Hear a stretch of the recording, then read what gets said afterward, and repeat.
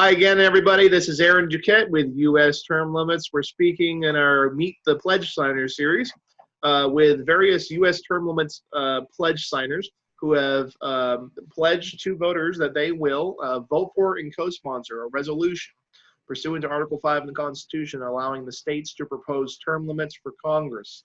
This is something that we like to say around here, especially that it's like asking chickens to vote for Colonel Sanders to get Congress to vote for term limits on itself. It's just not in their nature and their self-interest to do so. That's why we need the states to do it with the help of course, the citizenry. So I want to introduce you everybody to Troy Strunk. He is a candidate running for the House of Representatives here in Kentucky. Troy, you want to say a few words about yourself? Thank you, Aaron, for having me on. I appreciate all your hard work and everybody in your organization with all their hard work. Just running here. I've always believed in term limits and stuff. So that's something I've always, since I was a young man, wanted to believe in and stuff. So. Very good, very good. And so, what are some of the reasons? Maybe one or two reasons why you specifically, chose to sign our pledge. Why you want to see term limits on Congress? Well, this is my personal belief. My personal belief is you're going to serve the people and not yourself. You have to serve term limits, and you have to sign that and have to agree to it. And you don't want to come off to be a greedy person and just be for yourself. That's not being a really good servant leader. I think when you sign this and you believe in this, it's a check and balance system. My personal belief is, Congress should just serve 12 years. I know the other side of the realm is people will say, well, that takes the power out of people. Not necessarily. I mean, you should still vote them out during that 12-year period. You still have the power and stuff. It's just more of a check and balance system. It's just like us, as president or governor in Kentucky, we don't want somebody in there more than 2 terms. I mean, both ways. So you want fresh ideals and new ideals.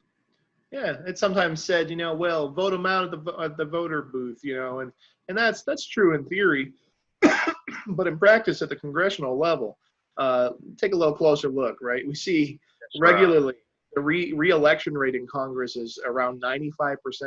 A wave election knocks it down to maybe 89%, 85. I mean, that's still a ridiculous rate of reelection. And, we've actually, as an organization, done some number crunching and kind of determined a number that you really need a good couple $1 million to run for Congress, just to be able to get your name out there and to be able to actually be a credible opponent or challenger to any incumbent in there. And of course, the longer that an incumbent is in place, the more that they have those resources against any challengers. And so it becomes this codified system that, yeah, sure, I would love to be able to, theoretically, I can go to the voting booth and just vote them all out. But if you don't have credible challengers there because of the incumbency advantage is so strong, and, you've got good people that don't have that kind of money, but good people that would do good things for the country. Well, they're precluded from this system because of all of the incredible advantages that are kind of built into this seniority system in Congress. What do you say to, the argument that we already have elections, or we already have term limits? They're called elections. That's something that's thrown out, not by most people among the voters. It's actually polls at 84% in Kentucky, but among a small minority, and most of those being politicians, we hear that. So what do you say to that kind of argument? Well, my first thing is I want to say I totally agree with what you just said, but my take in it is when you go to Frankfurt like I did and you sign, say I'm going to run a candidate, you told the people that you represent them. So basically, when you say 84% of the people say they want this, sure, you got to say, hey, I got to be their voice and say, hey, I have to be for this. If you're not for it, you probably shouldn't be in this race running. Because you got to do what the people say. You represent them. That's being a servant leader. Well, certainly, the 84%, I don't know. If you need a number that shows you have a mandate to term limit Congress, I don't know what is. It's through the roof. And actually that issue, not only in support of the issue generally as a concept, but the support for this resolution to get that job done also polls in the 80 percentile. I mean, it's way up there. People want to see this resolution passed. And so we need that same sort of fervor, to happen in Frankfurt in those halls. What's a good, outcome from the placement of term limits on members of Congress that you think would be really beneficial to Kentucky and to the country?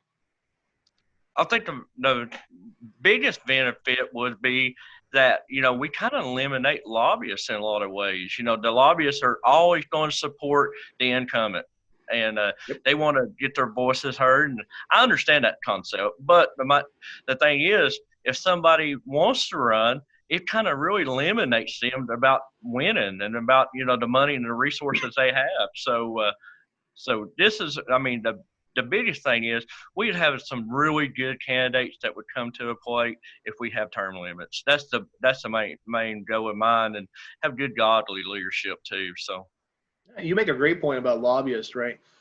It's incredibly sometimes mentioned to us by politicians who are opposed to term limits. They'll say, well, if you get term limits in there, then the lobbyists will run the show.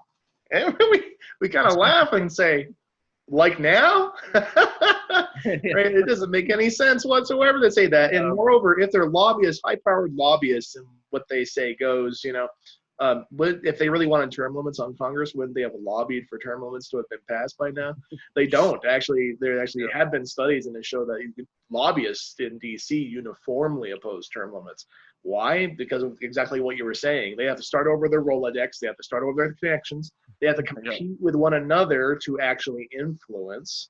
And so that whole, system that develops of essentially finding backdoor ways to purchase politicians is very, very frustrated. Now, will corruption influences always be in Congress? Sure, absolutely. But man, does that throw a kink into things, because those seats will be vacated and you'll get fresh people that tell them, hey, go pound sand. I'm going to do what I want to do. And so they really have to actually start advocating for whatever the policy they're pushing for, rather than just simply assuming that, they know the right guys and so they're all set. That's an excellent point. Absolutely. Yeah. Excellent. How about for you yourself? What's a real downside of a Congress without term limits today? What's a major sort of problem that you think that most people would look at and say, there you go, term limits contributed to that problem? I think the major problem is when a person becomes like a career politician, they become rich off of taxpayers' money. That's a really big problem with me, because I don't, running for office shouldn't be to make money on people. Running for office should be to serve the people and serve the needs and to better our lives and stuff and protect what we have. The government's there to protect us, not, to control us, and then politicians not there to be rich and become rich. A lot of politicians went to Washington as some of the poorest, congressmen, and come out some of the richest after 40 or 50 years in office. So tell me how that happens. So you have to be really careful. You don't want that, and you surely don't want that when you become a servant leader. Yeah, we need people that actually serve the people that it should be, a difficulty, a true service and a sacrifice to go to DC. Something you don't necessarily want to spend your whole life doing. But, if you look at the system, how it's set up right now, it almost invites careerist-minded individuals to come. Because if you're a successful person in whatever mode of business, or you're an educator or whatever you might be, you look at, well, because everything is based on seniority, there's no term limits. I need to not just go to Congress, but go to Congress and spend a good 12 years there before I get assigned, a committee chairmanship where I can really shape policy. And by that time, that's a long time. And the corrosive influences start changing your ideals. And, by that time, you're kind of pretty well beaten down. And, it invites the idea like, well, I'm going to have to give up my career and start a new career in Congress. And, if it changed with term limits, you could say, well, I'm only going to be there so many years. So I'm going to come back to what I was doing before or do something else. But I'll go live under the laws I passed. Yeah. Very good. Well, Troy, we appreciate you for signing the pledge. We, like I began the video with, we can't do it without the state legislatures getting this done. We just can't. Congress is never going to act a term limit itself. That's an absurdity. There could be an immense public pressure to do so, but they're just not going to do it. And they'll just kind of look the other way. As you know, there was a big movement in the 90s to try to get this done. That they found ways to get around that too, and it was really going to take us standing up with our state legislatures to say something's broken here. We need to fix that. So, we couldn't do it without pledge signers like yourself. So we want to thank you for having signed that pledge and being behind so strong on term limits. And we thank you for your time and everything today. Thank you, Aaron. Thank you for all your hard work. And I promise that, if I get elected, I'll work day and night to future cause. And so thank Excellent. You. We appreciate you, Troy. Thanks so much.